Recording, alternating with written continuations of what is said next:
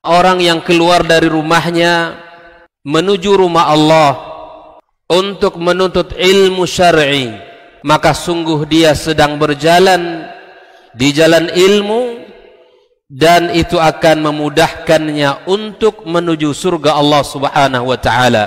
Man salaka tariqan yatlubu fihi ilman salaqallahu bihi tariqan min turuqil jannah.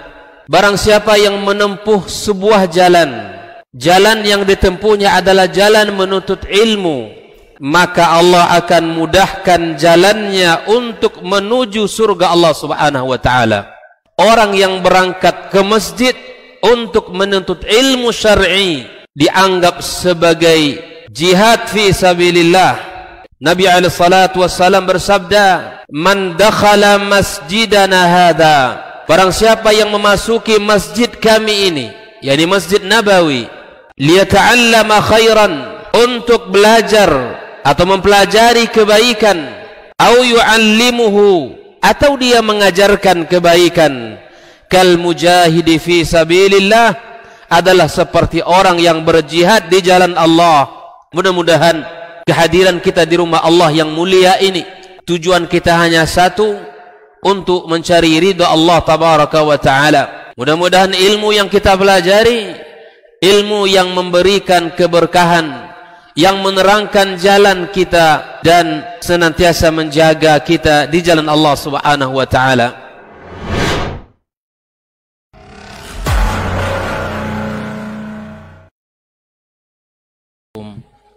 Warahmatullahi wabarakatuh. Innal hamdalillah nahmaduhu wa nasta'inuhu wa nastaghfiruhu wa nastahdihi wa na'udzu billahi min shururi anfusina wa sayyiati a'malina. May yahdihillahu fala mudilla lahu wa may yudlilhu fala hadiya lahu. Ashhadu an la ilaha illallah wahdahu la syarika lahu wa ashhadu anna Muhammadan abduhu wa rasuluhu alladzi la nabiyya ba'dah. Ya ayyuhalladzina amanu taqullaha haqqa tuqatih wa la tamutunna illa wa antum muslimun. Ya ayyuhalladzina amanu taqullaha wa qulu qawlan sadida yuslih lakum a'malakum wa yaghfir lakum dhunubakum wa man yuti'illaha wa rasulahu faqad faza fawzan 'azima. Subhanaka la ilma lana illa ma 'allamtana innaka antal alimul hakim. Allahumma 'allimna ma yanfa'una wanfa'na bima 'allamtana wa zidna ilma ya alim. Amma ba'd, ikhwani wa akhwati fid din, ma'asyiral hadirin wal hadirat, al musyahidin wal musyahidat, rahimakumullah.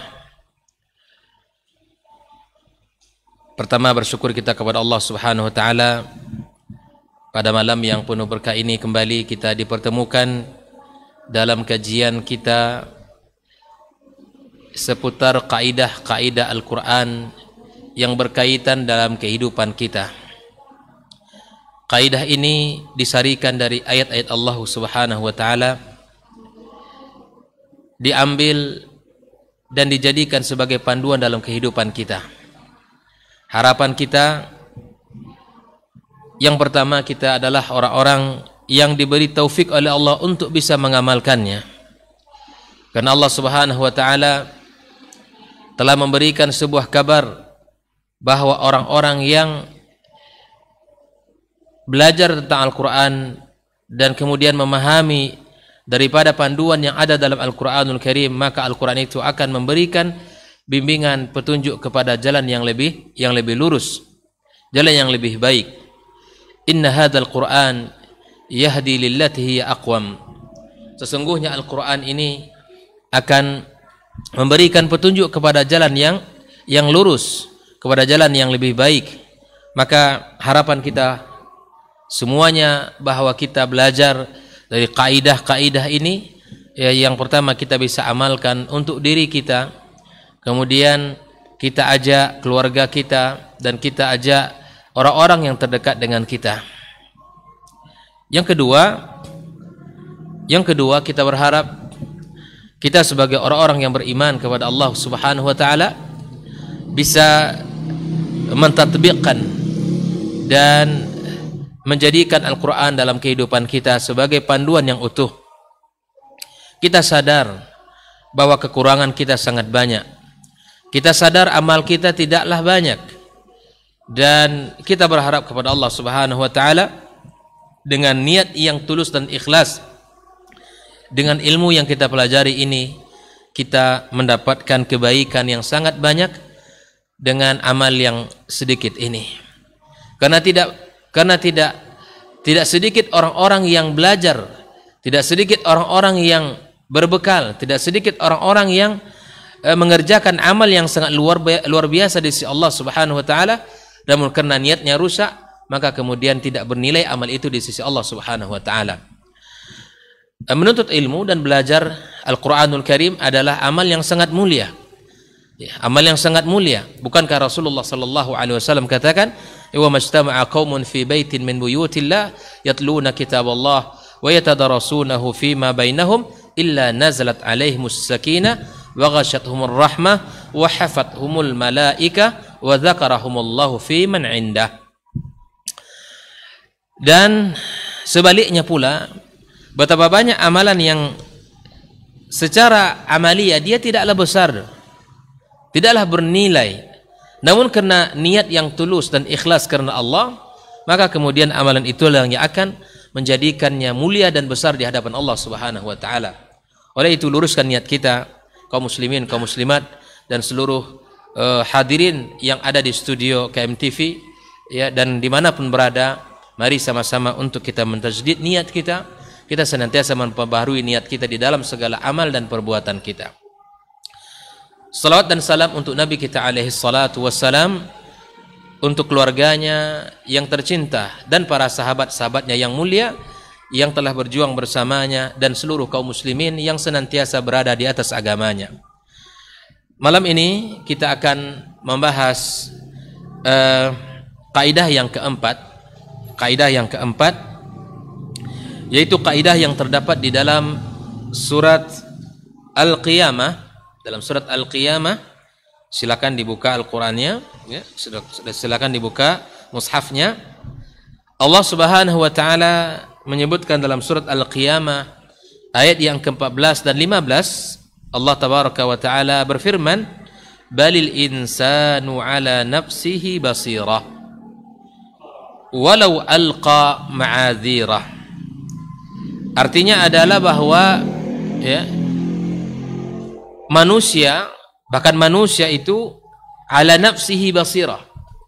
Manusia itu tahu dengan dirinya, tahu dengan hakikat dirinya. Walau alqa ma'adzira, walaupun dia menyampaikan uzur-uzurnya. Ini ayat ini berbicara nanti di hari kiamat kelak, bahwa ketika orang-orang, ya, semuanya, ya, berhadapan dengan Allah Subhanahu wa taala, lalu kemudian, ya, masing-masing dari manusia akan, ya, memberikan uzurnya di hadapan Allah tabaraka wa taala. Allah pertegas, Allah sebutkan di dalam firman-Nya, "Balil insanu ala nafsihi basirah." Bahkan manusia terhadap dirinya dia sangat mengerti. Dia sangat tahu dengan apa yang ada pada dirinya. Hakikat dirinya dia sangat mengetahui. Walaupun dia, ya, menyebutkan uzur-uzurnya nanti di hari kiamat kelak di hadapan Allah tabaraka wa taala. Ya, kaidah ini adalah kaidah yang sangat agung, yang sangat mulia, yang berkaitan dengan bagaimana kita berinteraksi dengan diri kita sendiri, bagaimana kejujuran itu harus ada, ya. Dan ayat ini adalah sebagai wasilah bagi kita untuk mengobati dari segala bentuk penyakit jiwa. Karena tidak sedikit orang yang kelihatannya, Masya Allah, tampilannya luar biasa, namun kemudian apa yang ada yang terlihat, apa yang terucap sungguh sangat berbeda dari apa yang ada dalam dirinya. Di dalam waktu yang bersamaan, dia Masya Allah kelihatannya orang yang luar biasa, tapi sesungguhnya dalam dirinya ada banyak aib, yang ada dalam banyak kekurangan, Nah, oleh itu ikhwani kaum muslimin kaum muslimat rahimakumullah, Allah Subhanahu wa taala bersumpah di dalam surat Asy-Syams. Allah bersumpah di dalam surat Asy-Syams dengan 11 sumpah, ya, dengan 11 sumpah, dan kemudian Allah Subhanahu wa taala menyebutkan qad aflaha man zakkaha, maka sungguh sangat beruntunglah orang-orang yang mensucikan dirinya. Ya. Jadi ketika seseorang mengetahui tentang hakikat dirinya, maka dia harus berusaha pada apa yang ada dalam dirinya. Ya, tidak berbeda dengan apa yang disangkakan orang kepada kita.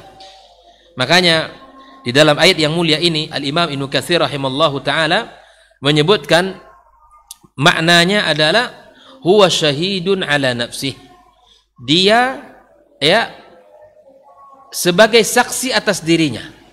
Dia jelas melihat apa yang ada pada dirinya. Alimun bima fa'alahu walau i'tadhara wa ankara. Dan dia sungguh sangat mengetahui tentang hakikat dirinya walaupun dia mengingkari, walaupun dia memberikan uzur-uzurnya. Maka itu ikhwani kaum muslimin, sungguh ayat ini memberikan pelajaran bagi kita untuk memperbaiki diri kita. Bahkan Al-Imam Ibnu Katsir menukilkan sebuah ayat dalam surat Al-Isra, Iqra kitabaka kafa binafsika al-yawma 'alaika hasiba.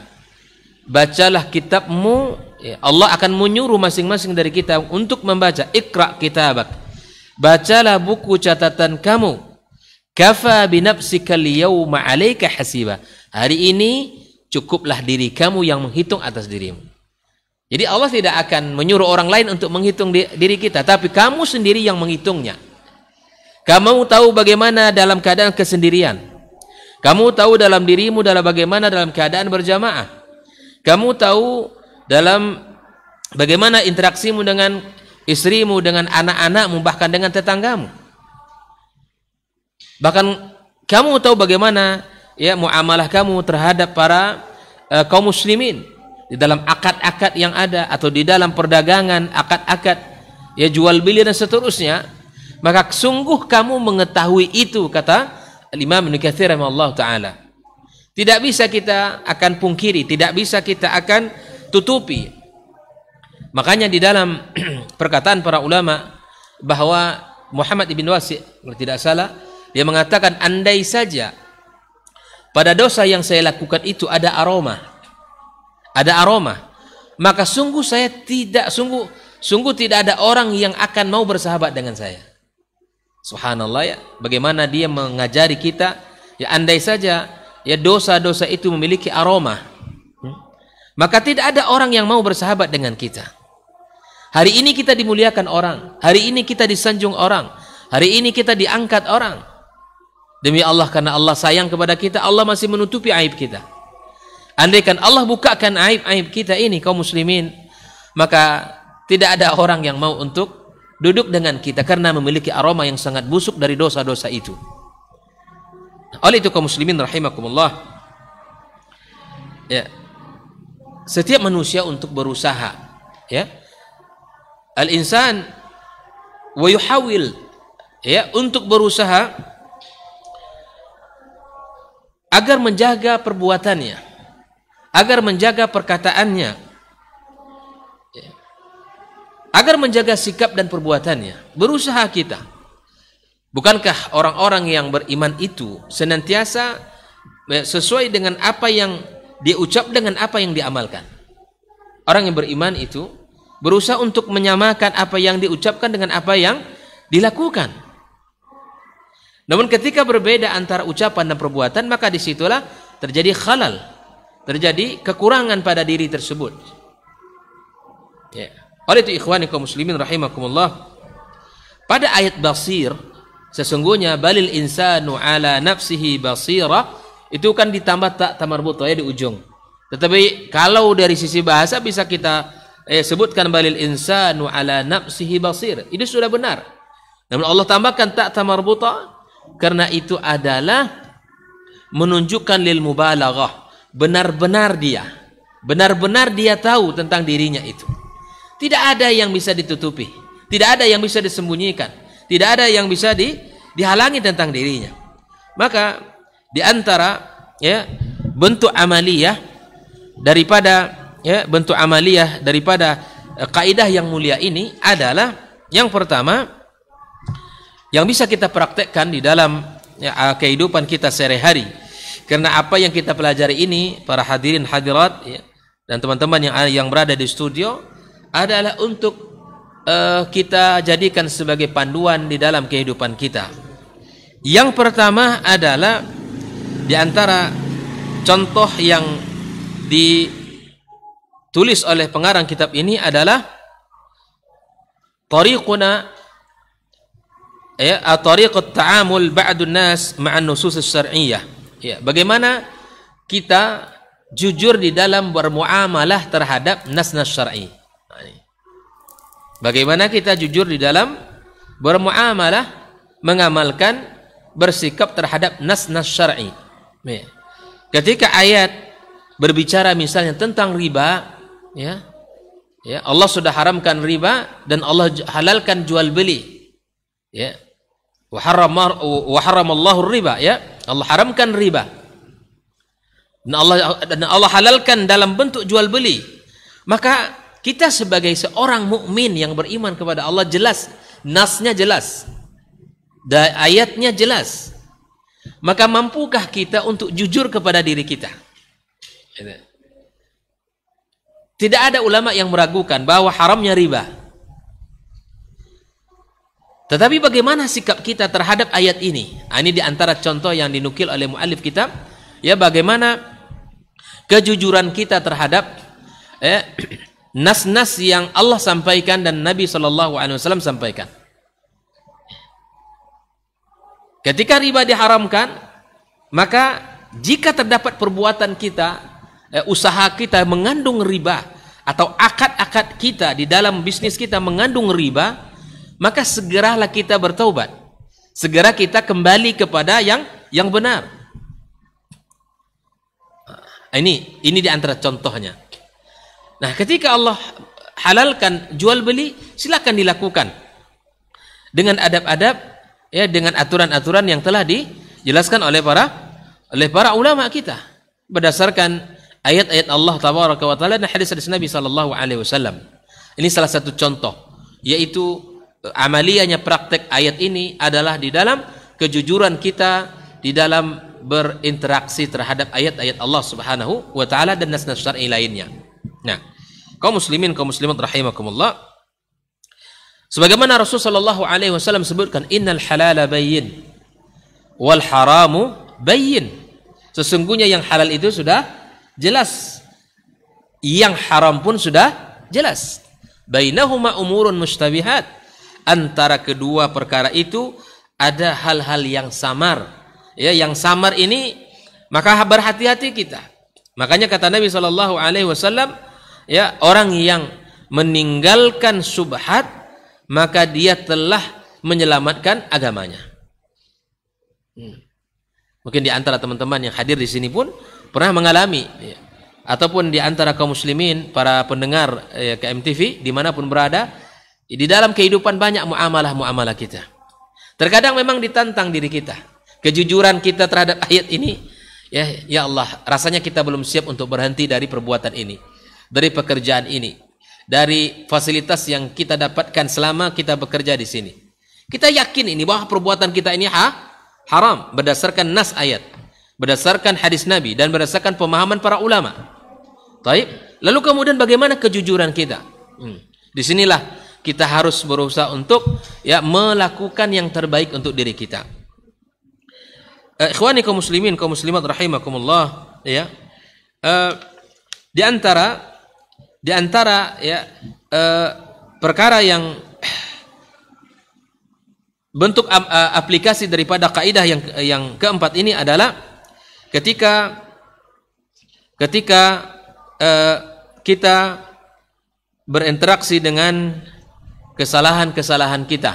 Nah, ini misalnya di saat kita ini memiliki banyak kesalahan dan kekurangan, kekhilafan, maka kemudian, ya, bagaimana diri kita ini kita ukur.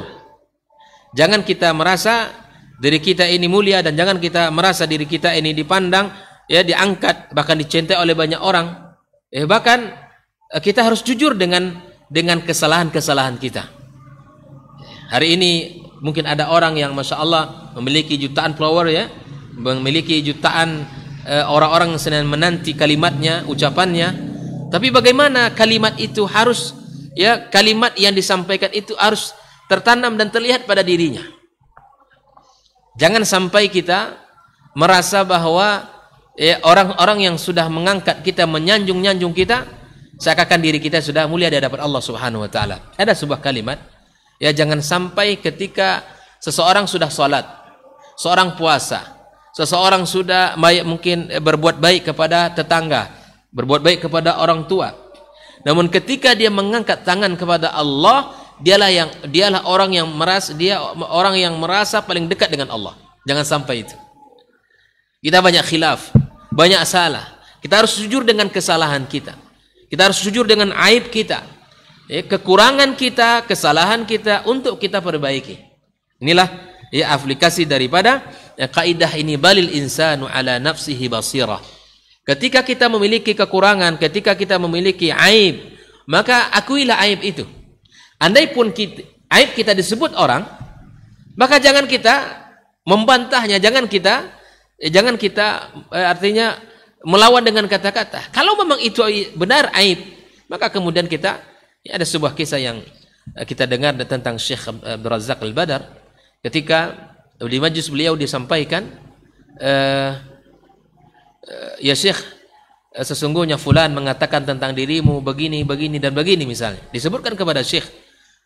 Maka Syekh kemudian menjawab, sesungguhnya apa yang dia ketahui tentang diriku sungguh sangat sedikit. Sungguh sangat sedikit. Subhanallah. Lalu kemudian yang bertanya itu langsung menangis. Bukannya Syekh membela dirinya, bukannya Syekh menganggap dirinya orang alim dan hebat, tetapi dia mengatakan, sungguh apa yang dia ketahui, ya, tentang diriku sungguh masih sedikit. Maka kemudian Syekh, subhanallah, ya, melihatkan bahwa dirinya memang banyak kekurangan. Ikhwani kaum muslimin rahimakumullah. Balil insanu ala nafsihi basira. Sungguh kita terhadap diri kita sungguh mengetahuinya. Maka aplikasi dari kaidah ini, jujurlah terhadap kesalahan-kesalahan kita, ya, terhadap kekurangan-kekurangan kita, khilaf kita. Jika ditunjukkan kepada kita, maka sikapilah dengan berlapang dada. Sikapilah dengan berlapang dada. Bukankah di antara ucapan as-salaf bahwa di antara teman yang jujur itu adalah teman yang menyingkapkan kekurangan kita, bukan teman yang senantiasa mengangkat kita, yang senantiasa menyanjung kita, bukan yang senantiasa memberikan penghormatan kepada kita. Tapi ingatlah, di antara ciri teman yang baik itu adalah orang-orang yang jujur menunjukkan kekurangan kita.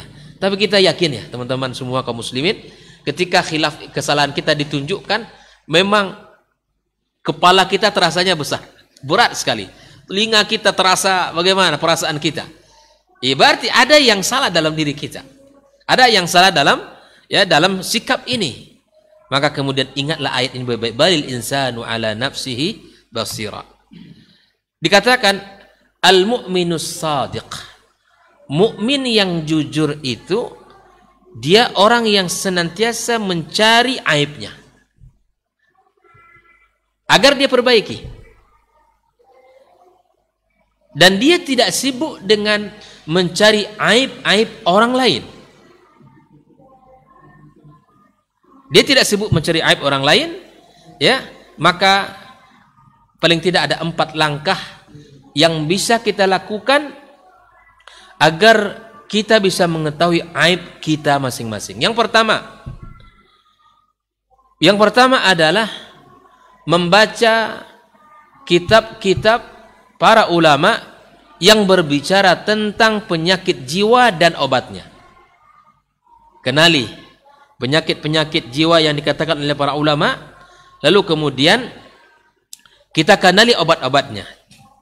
Di antara kitabnya adalah Tibbul Qulub. Ya, misalnya itu, kitab itu sangat baik ya untuk kita baca dan kita miliki, karena dia akan menyingkap ya, bahwa menyebutkan hati itu ada hati yang sehat, hati yang salim, yang berjalan di atas agama Allah, tunduk dan patuh kepada syariat Allah Subhanahu wa taala. Ya, hati yang salim. Ya, Allah katakan, yauma la yanfa'u malun wala banun illa man atallaha biqalbin salim. Ini hati yang sehat. Ya, hati yang sehat itu hati yang tunduk kepada syariat Allah. Hati yang betul-betul menjalankan perintah Allah Subhanahu wa taala. Ya. Yang kedua, di dalam kitab Tibbul Qulub dijelaskan bahwa hati itu hati al-marid. Ya. Hati yang sakit ini adalah hati yang di dalamnya ada iman dan juga sekaligus ada penyakitnya. Faktor apa yang lebih dominan pada hati dia, pada dirinya, maka dialah yang menguasainya.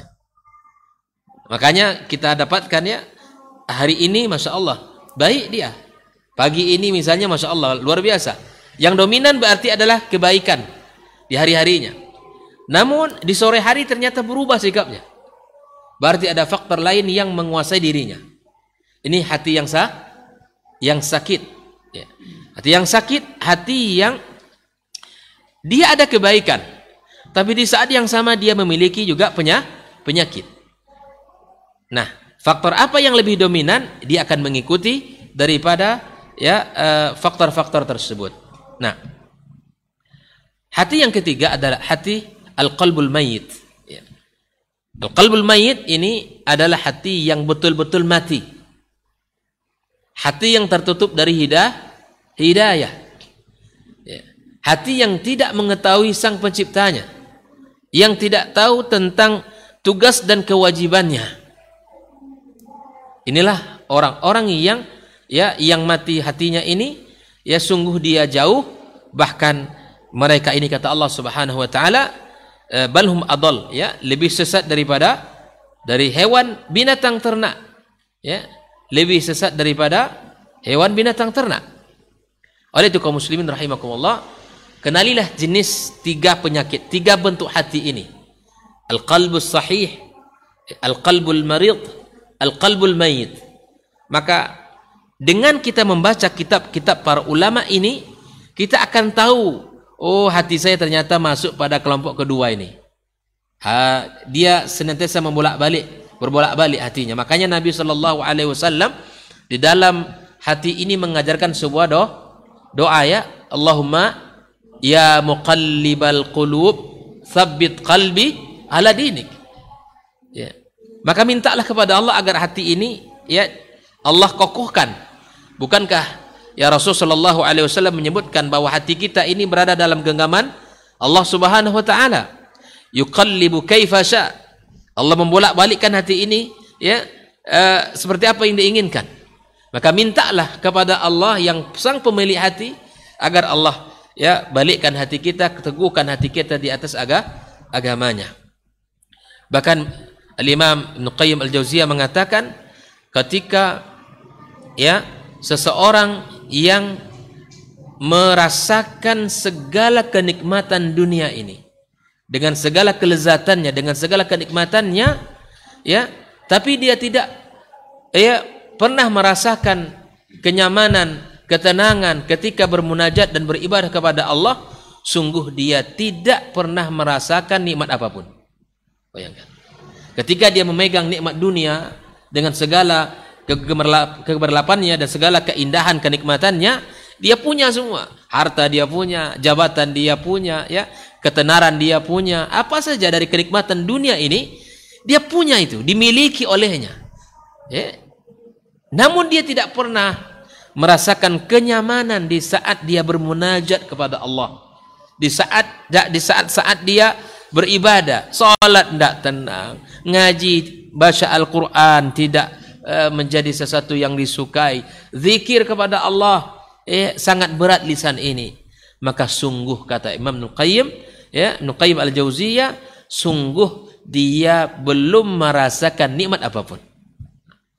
Jadi kenikmatan dekat dengan Allah dengan jiwa yang baik, dengan jiwa yang saleh, itu tidak bisa diukur dengan kenikmatan dunia.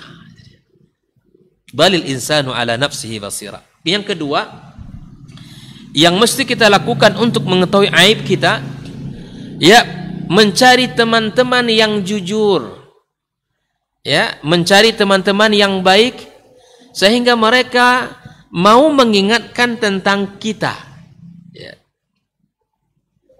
Dan jangan marah ketika diingatkan.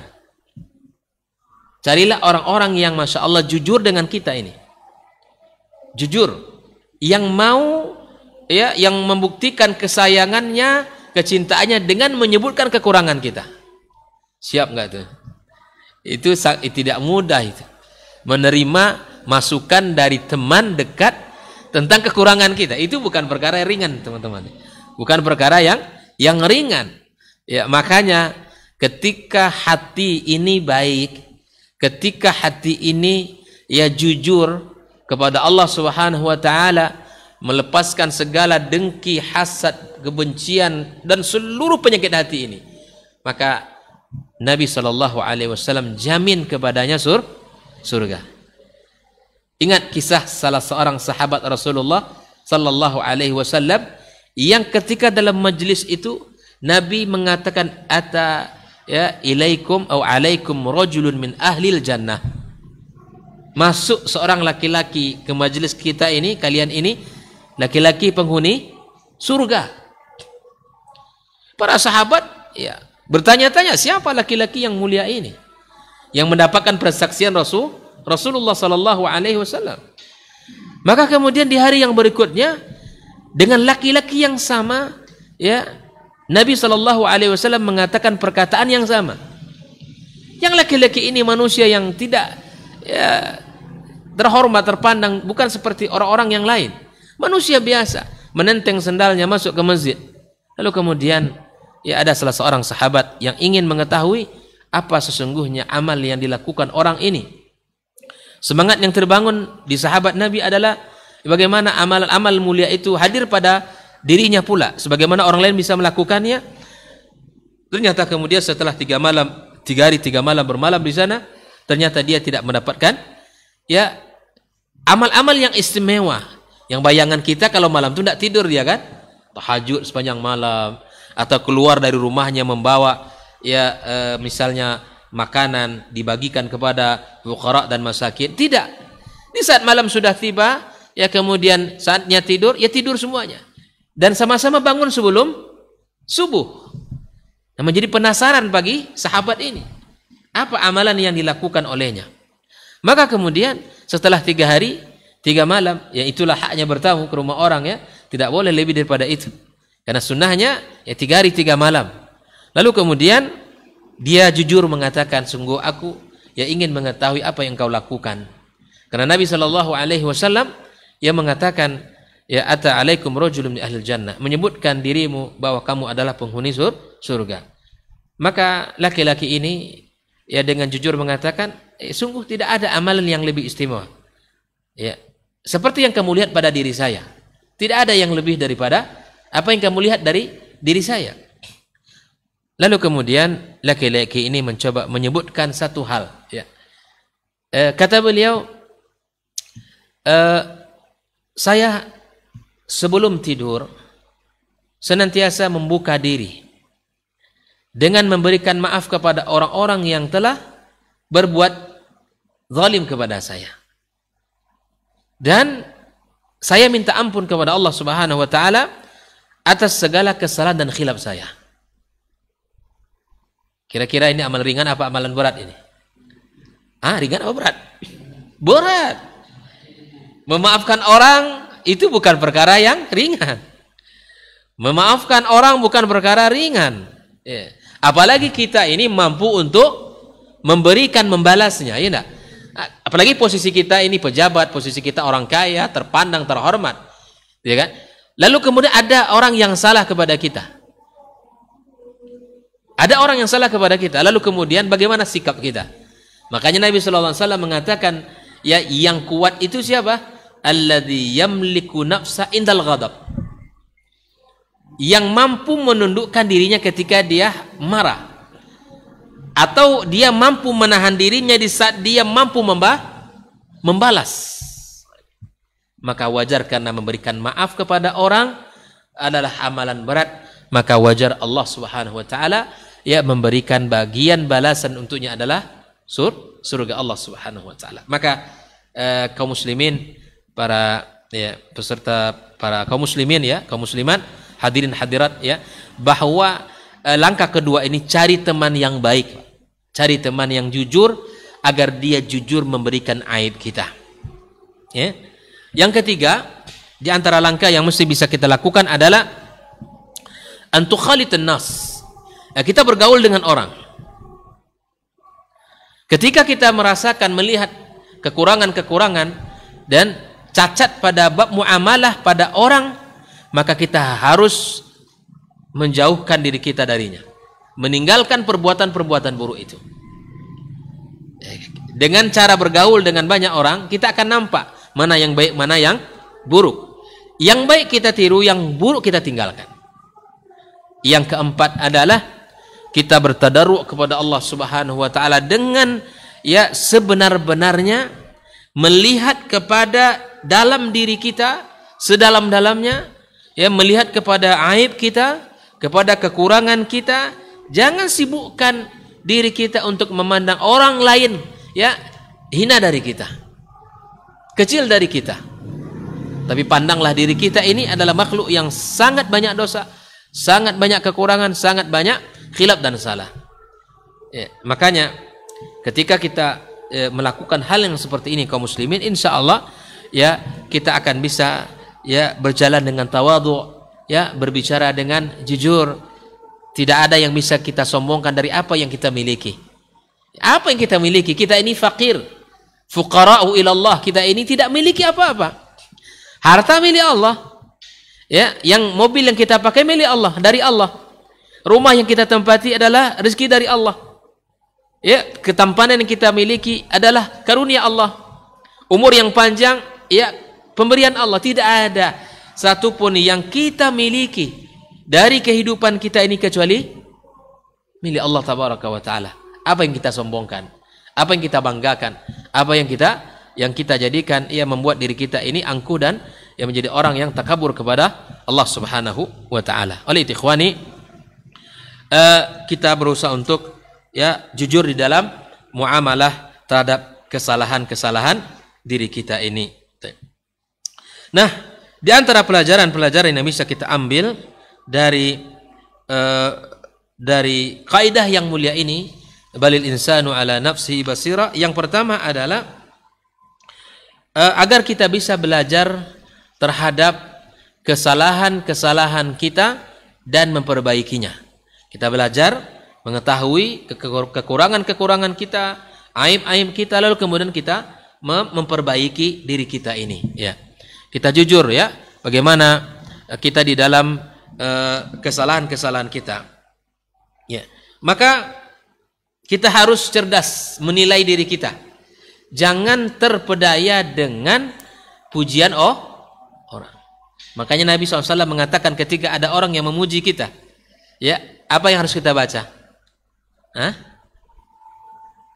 Allahumma firli mimma yaqulun waj'alni khairan mimma yadhunnun. Disebutkan nih, Masya Allah, antum nih laki-laki saleh, antum orang dermawan, antum orang baik, ya. Maka di saat orang memuji kita itu, maka minta ampunlah kepada Allah ya terhadap apa yang mereka katakan, dan kita mohon kepada Allah agar kita ini ya dijadikan lebih baik dari apa yang mereka sangkakan. Indah enggak agama kita ya? Subhanallah. Jadi kita tidak busung dada ketika disebut Masya Allah Bapak ini dermawan. Misalnya ada orang yang Masya Allah masjid-masjid dibangun ya, masjid-masjid dibangun, kegiatan-kegiatan dakwah ditanggung oleh dia dari hartanya gitu kan, bahkan mobil-mobilnya diwakafkan di jalan Allah untuk operasional dakwah dan seterusnya, dan dia mencari ya sesuatu yang jika dibutuhkan masjid dia bangun masjid ya, kemudian dibutuhkan kebutuhan untuk dakwah dia lengkapi semuanya. Nah, semua kita memujinya, semua kita ya mengatakan orang dermawan, maka hati-hati. Hati-hati ya, jangan sampai kita termasuk orang yang terpedaya dengan pujian orang. Belajarlah untuk mengenali kekurangan kita dan jangan kita terpedaya dengan sanjungan dan pujian orang ya. Ikhwani kaum muslimin rahimakumullah. Di antara pelajaran yang bisa kita ambil adalah ya, kita belajar dari apa yang kita lakukan, dari kebaikan-kebaikan yang kita lakukan, tidaklah kebaikan itu melainkan taufik dari Allah. Nah, ini dia. Kalau tadi ya kita belajar terhadap kekurangan-kekurangan kita, jangan kita membuat ya terpedaya dengan pujian orang. Nah, yang pelajaran yang kedua adalah kita harus sadar bahwa apapun kebaikan yang kita lakukan, yang kita kerjakan, yang bisa kita buat, yang kita bisa ukir dalam kehidupan kita ini, di dalam agama kita, di dalam urusan muamalah dengan keluarga, anak, istri kita, dengan tetangga kita, sahabat-sahabat kita, maka jangan kita terpedaya dengan amal-amal kita itu. Karena sungguh ya tidak ada kebaikan yang bisa dan mampu kita lakukan kecuali atas taufik Allah Subhanahu wa taala. Ya, tidak ada kebaikan yang bisa kita lakukan kecuali itu semua adalah dari Allah Subhanahu wa taala. Makanya di antara bentuk tanda sayangnya Allah kepada kita apa? Allah memakai kita. Gitu kan? Di antara tanda sayangnya Allah kepada kita, Allah memakai kita. Ya. Kan ditanya oleh salah seorang sahabat, ya Rasulullah, apa tanda Allah mencintai kita? Maka Nabi SAW mengatakan, ya Allah Subhanahu wa taala ista'malahu, memakainya. Maksudnya apa? Memakai kita dalam kebaikan. Tidak ada satu kebaikan kecuali kita semangat beramal. Itu tanda apa? Ketika kebaikan apapun senang hati kita, semangat kita, bahagia kita, maka itu tanda kebaikan iman di dalam tumbuh subur dalam diri kita. Ya, oleh itu ikhwani kaum muslimin rahimakumullah, ya, sebagaimana doa-doa para nabi dan rasul dan orang-orang saleh, ya seperti kita dapatkan dalam surat Al-A'raf, ya qala rabbana zalamna anfusana wa illam taghfir lana wa tarhamna lanakunanna minal khasirin. Ini doa ya Nabi Adam alaihissalam dengan istrinya di saat dia melanggar ya dari apa yang telah Allah perintahkan untuk ditinggalkan. Ya, maka jangan kita malu untuk mengatakan diri kita, ya Rabbana zalamna anfusana wa illam taghfir lana wa tarhamna lanakunanna minal khasirin. Begitu juga dengan perkataan dan doa Nabi Musa alaihissalam dengan mengatakan Rabbi inni zalamtu nafsi faghfirli faghfara lahu innahu huwal ghafurur rahim. Ya, Musa mengatakan ya ketika dia membunuh salah seorang dari kaumnya Firaun ya dengan pukulannya, Rabbi inni zalamtu nafsi, sungguh aku menzalimi diriku, ya faghfirli maka ampunkanlah dosa-dosaku. Ya, gak minta kepada Allah Subhanahu wa taala. Ya. Kemudian seperti yang diceritakan oleh Allah Subhanahu wa taala tentang wa akharuna i'tarafu bi dzunubihim khalatu amalan salihan wa akhara sayyi'an asallahu ay yatuba alaihim innallaha ghafurur rahim. Allah menceritakan tentang kondisi orang-orang munafikin yang mengakui tentang dosa-dosa mereka, dan akhirnya Allah Subhanahu wa taala yang menerima taubat orang-orang tersebut. Fa'alima anna man lam ya'tarif bi dzambihi kana minal munafikin, termasuklah orang-orang yang tidak mengetahui yang tidak mengakui tentang dosanya, maka sungguh dia termasuk orang-orang yang munafik. Orang yang tidak mengakui dosanya termasuk orang-orang munafik. Fa nas'alullah tabaraka wa ta'ala ayubsirana bi'uyubina wa yaqina syarraha, ya. Semoga Allah Subhanahu wa taala berikan kepada kita, ya, tunjukkan kepada kita aib-aib kita, dan Allah jaga kita dari segala keburukan-keburukannya. Wallahu taala alam. Ya, mudah-mudahan ayat yang mulia ini menjadi panduan dalam kehidupan kita. Balil insanu ala nafsihi basira, ya walau alqa ma'adhirah, bahwa manusia sangat mengetahui tentang dirinya dan tidak ada yang bisa disembunyikan di hadapan Allah tabaraka wa taala, walaupun dia ya memberikan alasan uzur di hadapan Allah Subhanahu wa taala. Wallahu taala a'lam. Ya, kita tutup dengan doa kafaratul majlis. Subhanakallahumma wa bihamdika asyhadu an la ilaha illa anta astaghfiruka wa natubu ilaik. Wassalamualaikum warahmatullahi wabarakatuh. Majtama'a qaumun fi baitin min buyutillah yatluna kitaballah wa yatadarasunahu fima bainahum illa nazalat alaihimus sakinah wa ghasyiyatuhumur rahmah wa haffat bihimul malaikah wa dzakarahumullahu fiman indah. Tidaklah suatu kaum duduk di salah satu rumah Allah membaca ayat-ayat Allah dan sama-sama mempelajarinya kecuali turun kepada mereka as-sakinah, ketentraman dan kenyamanan, wa ghasyiyatuhumur rahmah, dan mereka diliputi pula oleh rahmat, kasih sayang dari Allah Subhanahu wa taala, wa haffat bihimul malaikah, dan mereka pun dikelilingi oleh para malaikat, karena malaikat suka majlis-majlis zikir dan ilmu. Wa dzakarahumullahu fiman indah, dan Allah akan banggakan sebut-sebut mereka di kalangan malaikat-malaikat yang ada di sisinya, di masyarakat atas. Mudah-mudahan kita termasuk yang sering disebut-sebut di sisi Allah di kalangan para malaikat, dan di akhir majlis ini mudah-mudahan kita pula mendapatkan seperti yang tersebut dalam hadis qudsi, qumu maghfuran lakum, silahkan berangkat meninggalkan majlis ini dalam keadaan diampuni dosa-dosa kalian.